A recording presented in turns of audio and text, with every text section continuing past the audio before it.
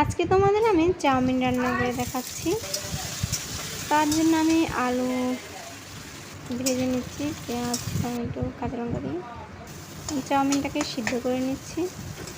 আসলে আমাদের মেয়েদের রান্না করতে ভালো লাগে, আর রান্নাটা যদি নিজের মন মতো করতে পারি তাহলে আরও ভালো লাগে। আর চাউমিনটা আজকে আমি চিকেন দিয়ে করব, তার জন্য এখানে হাড় ছাড়া চিকেন ভেজে নিচ্ছি। সলিড চিকেন যেগুলো সেগুলোকে ছোট ছোট করে কেটে একটু কষিয়ে নিচ্ছি।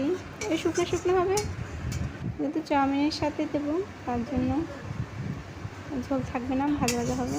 আর এখানে আমার শাশুড়ি চিকেন খায় না, তার জন্য ডিম দিয়ে করে নিচ্ছি। আর এই যে সস দিয়ে সব নিয়ে নিচ্ছি চিকেনটাকে। এখানে আমি chilli sauce, soya sauce, tomato sauce দিয়েছিলাম। আর এই যে আমার চাউমিন রান্না হয়ে গেল। কেমন হয়েছে তোমরা জানাবে। চেষ্টা করি নিজের মন মতো করে তৈরি করতে, যেন খেয়ে সবাই ভালো বলে।